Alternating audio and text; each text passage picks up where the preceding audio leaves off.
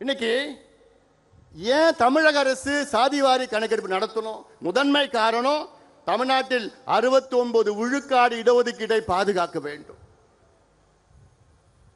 இன்னைக்கு இந்த இடஒதுக்கீடு உச்ச நீதிமன்றத்திலே வழக்கு இருக்கிறது. இந்த 69 விழுக்காடு இடஒதுக்கீடை தடை செய்ய வேண்டும் என்று. இந்த இடஒதுக்கீடு பெறுவதற்கு ஐயா உள்ளிட்ட நீங்கள் எல்லோரும் எத்தனை போராட்டங்கள் செய்தீர்கள். அது மட்டுமல்ல, முன்னாள் முதலமைச்சர் ஜெயலலிதா அம்மையார் அவர்கள் 69 விழுக்காடு இடஒதுக்கீட்டை 9வது அட்டவணையிலே, அரசியல் சாசன 9வது அட்டவணையிலே மிக சிரமத்திற்கு பிறகு நம்ம இடஒதுக்கீடை பாதுகாப்பு அளித்தார். கான்ஸ்டிடியூஷனல் அமெண்ட்மெண்ட் நடந்தது, டெல்லியில் நடந்தது, பார்லிமெண்ட்ல. எவ்வளவு பெரிய வேலை செய்தார். என்னை பொறுத்தவரை ஜெயலலிதா அம்மையார் அவர்கள் தமிழ்நாட்டுக்கு செய்த மிகப்பெரிய சாதனையாக நான் பார்க்கின்றேன். ஆனால் அந்த இடஒதுக்கீட்டுக்கு இன்று ஆபத்து வந்திருக்கிறது. இதை பற்றி ஒரு துளியும் கவலை இல்லாத நம்முடைய முதலமைச்சர் ஸ்டாலின் அவர்கள், என்னைக்கு சுப்ரீம் கோர்ட்ல வரப்போகுதுன்னு தெரியல, வந்ததுன்னா முடிச்சிடுவாங்க. ஏன்னா கணக்கு இல்லை நம்ம கிட்ட. அது மட்டுமில்ல, இன்னைக்கு நான் முதலமைச்சராக இருந்தேன்னா பொறுப்புக்கு வந்து முதல் நாள் என்ன பண்ணியிருப்பேன், தமிழ்நாட்டில் எல்லா சமுதாயங்களும் எந்த நிலையில் இருக்கிறாங்கன்னு தெரிஞ்சுக்கிறதுக்கு நான் காஸ்ட் சர்வே செஞ்சிருப்பேன். எல்லா சமுதாயம். இதுதான் நல்ல நிர்வாகி செய்கின்ற வேலை. இது ஏன் செய்யணும்? அப்போதான் எல்லாமே முன்னேற்ற முடியும். எல்லோருக்கும் எல்லாம் என்று பேசினா போதாது, கிடைக்காதவர்களுக்கு கிடைக்க வேண்டும். இதற்காகத்தான் இங்கே நாம் கூடியிருக்கின்றோம். ஒரு உதாரணம் நான் சொல்றேன். தமிழ்நாட்டில் 377 சமுதாயங்கள் இடஒதுக்கீட்டால் பயன்பெறுகிறார்கள். 377 சமுதாயங்கள். இதில் பட்டியலின மற்றும் பழங்குடி மக்களுக்கு 19 விழுக்காடு இடஒதுக்கீடு. இதில் கிட்டத்தட்ட 114 சமுதாயங்கள் பயன்பெறுகிறார்கள். பட்டியலினம் பார்த்தீங்கன்னா எஸ்சி ஷெட்யூல் காஸ்ட் பார்த்தீங்கன்னா 3 பெரிய பிரிவுகள். ஆனால் உட்பிரிவுகள் 76 பேர் இருக்கிறார்கள். அதே போன்ற பழங்குடி இனத்தை சார்ந்தவர்கள் 1 விழுக்காடு தான் இடஒதுக்கீடு. ஆனால் அவர்கள் 34 பிரிவுகள் இருக்கிறார்கள். அப்படி இந்த 34 பிரிவில் வெறும் 4 பிரிவு தான் எல்லா இடத்தையும் எடுத்துட்டு போகுது. மீதி 30 பிரிவுகள் கிடைக்கல. இது எப்படி நீங்க தெரிஞ்சுப்பீங்க? யாருக்கு கிடைச்சது யாருக்கு கிடைக்கல எப்படி தெரிஞ்சுப்பீங்க?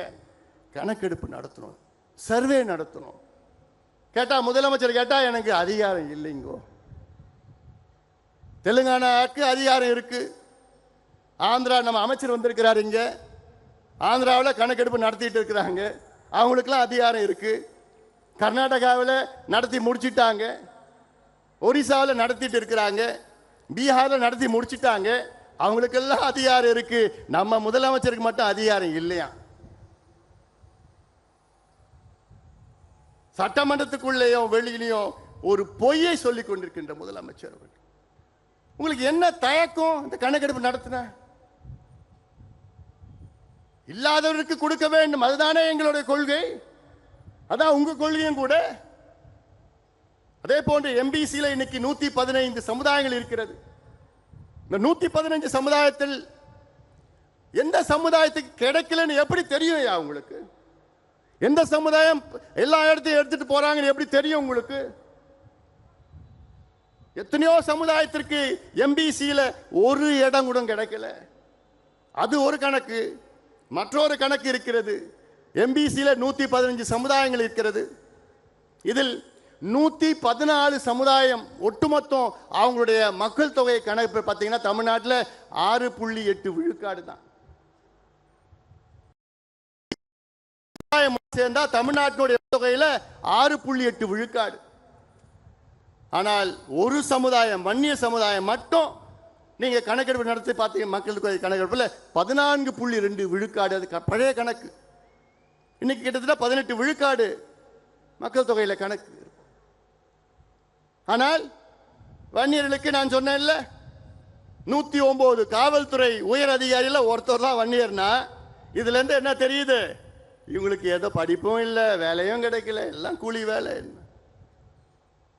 கேரளாவில் ஈழவர் சமுதாயம், தமிழ்நாட்டில் வன்னியர்கள் போன்று கேரளாவில் ஈழவ சமுதாயம் மிக மிக மிக மிக பின்தங்கிய சமுதாயம். இந்த சமுதாயத்தில் நம்முடைய மருத்துவர் ஐயா போன்றாங்க நாராயண குரு அவர்கள் தோன்றினார். அந்த சமுதாயத்தை திரட்டி போராட்டங்கள் நடத்தினார்கள். இன்னைக்கு கேரளாவில் ஈழவ சமுதாயத்திற்கு தனியாக 14 விழுக்காடு இடஒதுக்கீடை அந்த அரசு வழங்கியிருக்கிறது. 14 விழுக்காடு. அவர்களும் நம்ம போன்ற 18-20 விழுக்காடு அங்கே மக்கள். அது மட்டுமல்ல, கேரளாவிலே எந்த சமுதாயம் 2.5 விழுக்காட்டுக்கு மேல் இருக்கிறதோ அவர்களுக்கு தனி இடஒதுக்கீடு அங்கே கேரளாவில் கொடுக்கிறார்கள். எல்லாம் கற்றுக்கொள்ளுங்கள். சமூக நீதி பற்றி பேசினா போதாது. நான் தந்தை பெரியாருடைய வாரிசு, தந்தை பெரியார் தாத்தா, சமூக நீதி மண்ணுன்னு பேசிட்டு இருக்கீங்களே, ஒன்று மண்ணாங்கட்டியும் கிடையாது. இதெல்லாம் பேசுறதுக்கு உங்களுக்கு தகுதி கிடையாது. இதைதான் நாங்கள் கோரிக்கையாக வச்சிருக்கிறோம். இங்க கணக்கெடுப்பு நடத்துங்க, இல்லாதவருக்கு கொடுங்க. ஏன் இன்னொன்று நான் சொல்றேன், ஒரு படி மேலே போறேன். நீங்க கணக்கெடுப்பு நடத்துனீங்கன்னா ஓபன் காம்படிஷன், முன்னேறிய வகுப்பினர்கள் அதில் யார் பின்னங்க இருக்கிறா அவர்களுக்கு நீங்கள் ஏதாவது சலுகைகள் கொடுக்கலாம், நலத்திட்டங்கள் கொடுக்கலாம், கடன் கொடுக்கலாம் அவர் முன்னேற்றுவதற்காக. இதற்கு எப்படி தெரியும்னா கணக்கெடுப்பு நடத்தணும். இந்த கணக்கெடுப்பு யார் வேணா நடத்தலாம். ஐயா, இந்திய நாடாளுமன்றத்தில் 2008 ஒரு சட்டத்தை நிறைவேற்றினார்கள். இந்திய மக்கள் தொகை புள்ளியியல் சேகரிப்பு சட்டம், இந்தியன் ஸ்டாட்டிஸ்டிக்கல் ஆக்ட் 2008. இந்த சட்டத்தின்படி இந்தியாவிலே மத்திய அரசு கணக்கெடுப்பு நடத்தலாம், மாநில அரசு கணக்கெடுப்பு நடத்தலாம், உள்ளாட்சி பிரதிநிதிகள் கணக்கெடுப்பு நடத்தலாம், ஏன் பஞ்சாயத்து தலைவர் கூட கணக்கெடுப்பு நடத்தலாம்.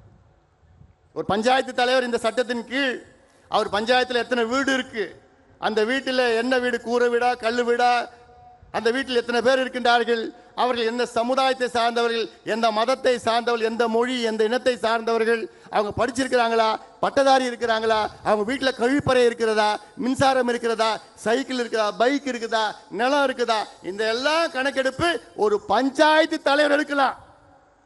ஆனா நம்ம முதலமைச்சர் எங்களுக்கு அதிகாரம் இல்லைங்கோ,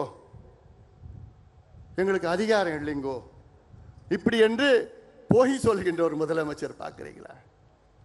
எதுக்குங்க பயம் உங்களுக்கு? ஆனால் ஒன்று நான் சொல்கிறேன், ஆனால் கலைஞர் இன்னைக்கு இருந்திருந்தேன்னா நான் ஒரே கையெழுத்தெல்லாம் யோசிக்க மாட்டார். கணக்கெடுப்பு நடத்தி எல்லாருக்கும் என்ன, எல்லாருக்கும் நாங்கள் கேட்கறது எங்களுக்காக நாங்கள் கேட்கல, கிடைக்காதவங்களுக்கு நாங்கள் கேட்குறோம். ஏன்னா இந்த சமுதாயம் அப்படிப்பட்ட சமுதாயம், உங்களுக்கு எல்லாம் சோறு போடுற சமுதாயம். நான் உங்களுக்குன்னு சொன்ன இந்த நேரலை மூலியமாக பார்த்து கொண்டிருக்கின்ற மக்கள், கோடிக்கணக்கான மக்கள் நான் சொல்றேன். நான் நீங்க இந்த மக்கள் மட்டும் இல்லைனா தமிழ்நாட்டு மக்கள் சோறு சாப்பிட முடியாது. இந்த மக்கள் மட்டும் இல்லைனா, இங்க இருக்கின்ற மக்கள் மட்டும் இங்க இல்லைனா வீட்டில் நீங்க நிம்மதியா வாழ முடியாது. ஏன்னா உங்க வீடு கட்டி கொடுக்கிறது இந்த சமுதாயம் தான். உங்களுக்கு சேத்துல நின்று உங்களுக்கு சோறு போடுறது இந்த சமுதாயம் தான். நீங்க கார்ல ஹாயா ரோட்ல போறீங்கல்ல, அந்த ரோடு போடுறது இந்த சமுதாயம் தான். உங்களை மானத்தை காப்பாத்துறது, நீங்க போடுற ட்ரெஸ் போடுறீங்கல்ல, அந்த பருத்தியை விளைய வைக்கிறது இந்த சமுதாயம் தான். பெயர்பட்ட ஒரு பெரிய சமுதாயம் இன்னைக்கு கூலி வேலையில கஞ்சோ கூழோ குடித்து கொண்டு குடிசையில் வாழ்ந்து கொண்டு படிப்பறிவு இல்லாமல் மதுவுக்கு அடிமையாக இருக்கின்ற சமுதாயம். நீ வேலை கொடுத்தனா இந்த பிள்ளை ஏன் மது கடைக்கு போறான், நீ வேலை கொடுத்தனா ஏன் இந்த போதை பழக்கத்துக்கு அடிமையாக்க போறான். வட தமிழ்நாட்டில் பார்த்தீங்கன்னா எங்க பார்த்தாலும் டாஸ்மாக் விற்பனை. ஓஹோ, காரணம் பிள்ளைங்களுக்கு வேலை கிடையாது, படிப்பு கிடையாது. இதை உருவாக்குங்கள் என்று மருத்துவர் ஐயா அவர்கள் கெஞ்சிட்டு இருக்காரு. 45 ஆண்டு காலம் கெஞ்சிட்டு இருக்கிறார் ஐயா. எவ்வளவு ஆழமாக கெஞ்ச வைப்பீங்க எங்களை நீங்க?